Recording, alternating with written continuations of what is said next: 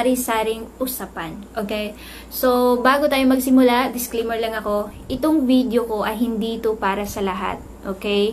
Kung 20 above ka, siguro pwede ka. Pero nasa sayo na yan din. Basta itong video ko ay para lang to sa mga open-minded and nakaka-relate sa topic ko. Okay? So, yun lang. Ang topic natin ngayon ay ano nga ba yung mga magagandang position para sa mga jutes? Okay? O yung tinatawag natin na hindi ka nabiyayaan ng mas malaki-laki. Kumbaga, jutay.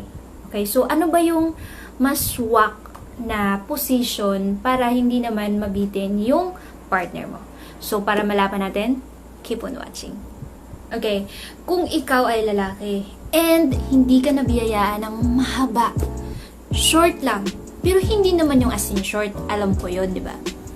So, ang kaya kong i-recommend sa'yo, yung mga position na gusto ng mga babae na para hindi sila mabitin kahit kulang ka.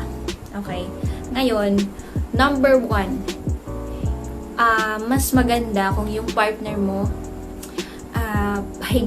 yung, alam mo yung nakadapa, padapain mo siya sa kama. And then, yung asin dapang-dapa talaga. Tapos, yung kanyang puwet ay umaangat. Umaangat talaga siya. Yung parang ganyan, oh. Tapos, yung puwet niya, labas na labas talaga. Tapos, hawakan mo yung kanyang dalawang pisngi ng puwet niya. And then, parang iganon mo talaga. Mas palabasin mo pa yung sa ilalim. Yung tinatawag natin na Pikachu niya.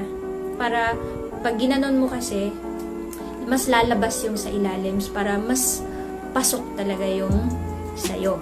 Okay, so, yun. And then, number 2, yung babae, yung sa may gilid ng kama, ikaw sa baba, tapos yung babae, hilain mo siya papunta sa dulo ng kama. Yung parang, ito yung kama, okay? So, ito si girl, dyan sa dulo ng kama. Tapos ikaw dito sa ilalim.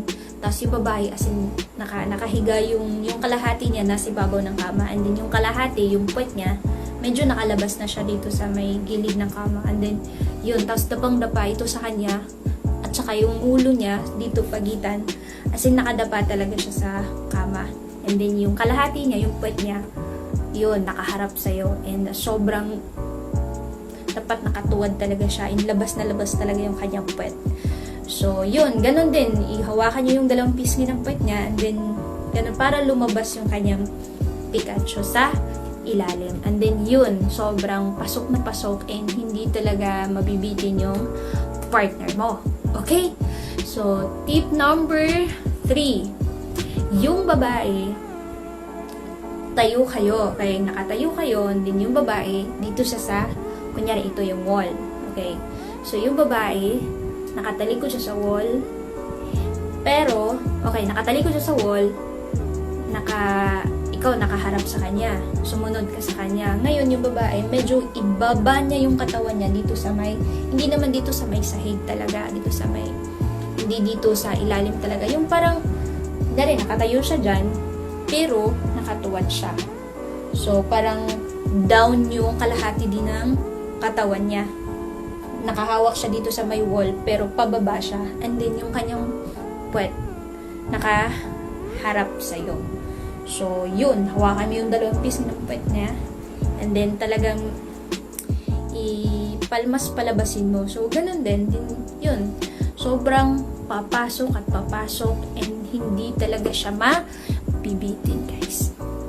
And yung panghuli naman natin, guys, ay yung nakahiga yung babae. Tapos, yung dalawang paa niya, dito sa balikat mo. Okay? Tapos, yung ilalim niya, yung puwet niya, lagyan mo po, or lagyan nyo ng unan.